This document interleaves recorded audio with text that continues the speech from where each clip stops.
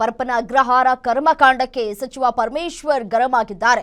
ಜೈಲಲ್ಲಿ ರಾಜಾತಿಥ್ಯ ವಿಚಾರಕ್ಕೆ ಅಧಿಕಾರಿಗಳ ವಿರುದ್ಧ ತಮ್ಮ ಆಕ್ರೋಶವನ್ನು ವ್ಯಕ್ತಪಡಿಸ್ತಾ ಇದ್ದಾರೆ.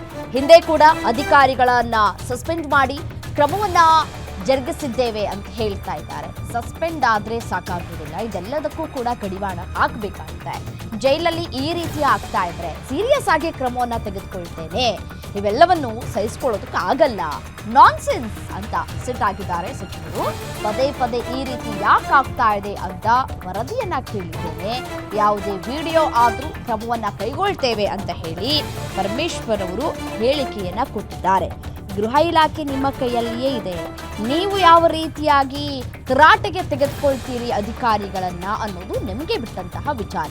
ಆದರೆ ಈ ರೀತಿಯಾದಂತಹ ಘಟನೆಗಳು ಪದೇ ಪದೇ ಮರುಕಳಿಸ್ತಾ ಇದೆ. ಇದು ಹಳೆ ವಿಡಿಯೋ ಅಂತ ಹೇಳಿ ಈ ಕಾರಾಗೃಹ ಇಲಾಖೆ ಯಾಮಾರಿಸುವಂತಹ ಕೆಲಸಕ್ಕೆ ಮುಂದಾಗ್ತಾ ಇದೆ. ಅದಕ್ಕೆ ಸ್ವಲ್ಪ ಕಡಿವಾಣ ಹಾಕಬೇಕಾಗಿದೆ. ಯಾರ ಕೈಲೂ ಇರಬಾರ್ದು, ಜೈಲಿನಲ್ಲಿರೋರ ಕೈಲಿ ಯಾರ ಕೈಲೂ ಇರಬಾರ್ದು. ಬರೀ ಉಗ್ರ ಅಂತಾನೆ ಅಲ್ಲ, ಯಾರು ಕೂಡ ಮೊಬೈಲ್ ಆಗ್ಲಿ ಅಲ್ಲಿನ ಈ ತರದ್ದು ಫೆಸಿಲಿಟೀಸ್ನೆಲ್ಲ ಅವರಿಗೆ ಕೊಡೋದಾದ್ರೆ ಮತ್ತೆ ಜೈಲ್ ಅಂತ ಅನ್ನಿಸ್ಕೊಳ್ಳೋದೇ ಇಲ್ಲ. ಅದಕ್ಕೆ ನಾನು ಸೀರಿಯಸ್ ಆಗಿ ತಗೊಂಡು ಇದನ್ನ ಒಂದು ಸಮಿತಿಯನ್ನು ರಚನೆ ಮಾಡಿ ಇಲ್ಲಿ ಯಾಕೆ ಈ ರೀತಿ ಪದೇ ಪದೇ ಇಲ್ಲಿ ಬೆಂಗಳೂರಿನಲ್ಲಾಗುತ್ತೆ, ಬೆಳಗಾಂನಲ್ಲಾಗುತ್ತೆ, ಮಂಗಳೂರಲ್ಲಾಗುತ್ತೆ, ಈ ತರ ಎಲ್ಲ ಆಗಬಾರ್ದು. ಅದಕ್ಕೋಸ್ಕರ ಅದನ್ನ ಸೀರಿಯಸ್ ಆಗಿ ತಗೊಂಡು ಅದಕ್ಕೆ ಏನು ಕ್ರಮ ಮಾಡಬೇಕು ಅದನ್ನ ಮಾಡ್ತೀವಿ. ಆ ರೀತಿ ನಡಿಬಾರ್ದಲ್ಲ, ಹಳೇದಾಗ್ಲಿ ಹೊಸದಾಗ್ಲಿ ಆ ರೀತಿ ನಡಿಬಾರ್ದು.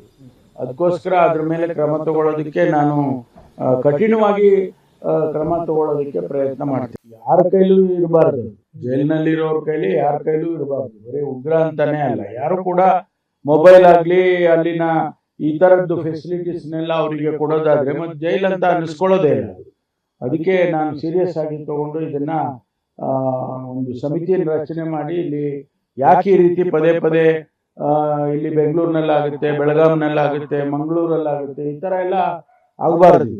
ಅದಕ್ಕೋಸ್ಕರ ಅದನ್ನ ಸೀರಿಯಸ್ ಆಗಿ ತಗೊಂಡು ಅದಕ್ಕೆ ಏನು ಕ್ರಮ ಮಾಡಬೇಕು ಅದನ್ನ ಮಾಡ್ತೀವಿ. ಆ ರೀತಿ ನಡಿಬಾರ್ದಲ್ಲ, ಹಳೇದಾಗ್ಲಿ ಹೊಸದಾಗ್ಲಿ ಆ ರೀತಿ ನಡಿಬಾರ್ದು. ಅದಕ್ಕೋಸ್ಕರ ಅದ್ರ ಮೇಲೆ ಕ್ರಮ ತಗೊಳ್ಳೋದಕ್ಕೆ ನಾನು ಕಠಿಣವಾಗಿ ಕ್ರಮ ತಗೊಳ್ಳೋದಕ್ಕೆ ಪ್ರಯತ್ನ ಮಾಡ್ತೀನಿ. ಯಾರ ಕೈಲೂ